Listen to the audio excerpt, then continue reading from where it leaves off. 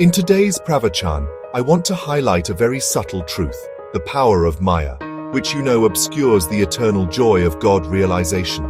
Māyā is deceptive. It makes us believe in what is temporary, draws us into worldly pleasures, and distances us from our true purpose. Yet if we remain God-conscious, māyā itself becomes God's leela, his play. To illustrate this, let us reflect on the life of Arivattaya Nayanar, one of the 63 Nayanmars, whose steadfast devotion to Lord Shiva shows us how to bravely face māyā and remain anchored in God. That which makes things look what they are not is māyā. Māyā is perishable. It is and it is not. The pleasure derived from sensual enjoyment is not lasting. It is common experience that sensual pleasures ultimately turn into suffering of one kind or another. Māyā pushes us into the lure of sensual pleasure.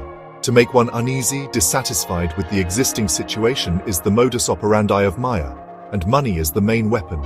It is the business of māyā to lure man away from God. Māyā derives its power from God himself, but when it debars us from understanding him, it works as a deterrent. Whereas when we realize its true nature and feel amused by it, it appears as his sportiveness. It becomes ineffective and disappears. For a person who dedicates himself, unifies himself with God. The wonder is that while realizing the mischief of māyā, we play voluntarily into its hands. The way of the world is to deny God or to connive at him. Let us avoid being carried away by it. One who submits himself to the current runs many kinds of risks. He may be dashed against a rock, be caught in a whirlpool, or be carried on and on, away from the destination. We have to fall into the stream, but instead of drifting along with the current, we should brave it and swim to safety. This requires maintenance of constant awareness of God.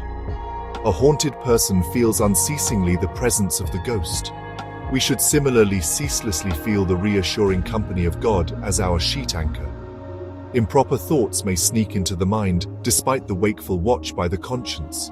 It is our duty to repel them by refusing to follow their lead. Thus, discouraged and unsupported, they will ultimately give up their nefarious attempts. The many relatives and friends and things that I am familiar with, these I call mine. Only I hesitate to call God my own. This is the effect of māyā. A pleader pleads a cause in a court of law as if the case were his own. However, he views the case only objectively, with a subjective detachment from the final judgment. We should similarly look upon prapancha as a task and a duty, and be unmoved by the sweet or bitter fruits thereof. Won or lost as the case may be, the advocate gets the fee agreed upon.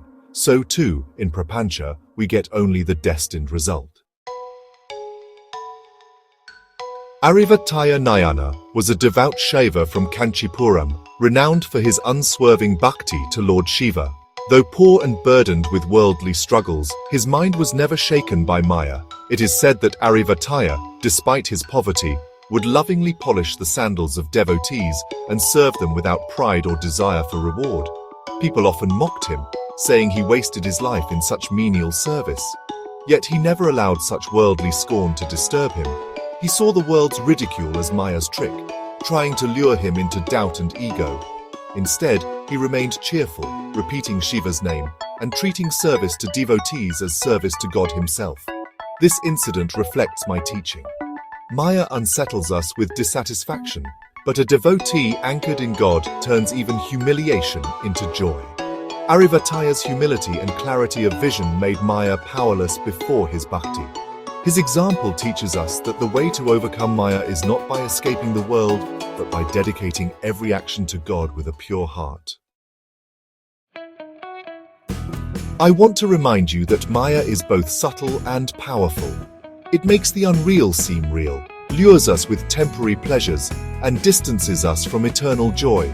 But just as Arivattaya Nayanar showed, if we dedicate ourselves wholly to God and live with the awareness that everything is His, māyā becomes ineffective. Let us, hold on to the divine guidance, remain ceaselessly aware of God's presence, and bravely swim against the current of worldly illusion. Then alone will the purpose of human life be fulfilled, attaining eternal joy in God.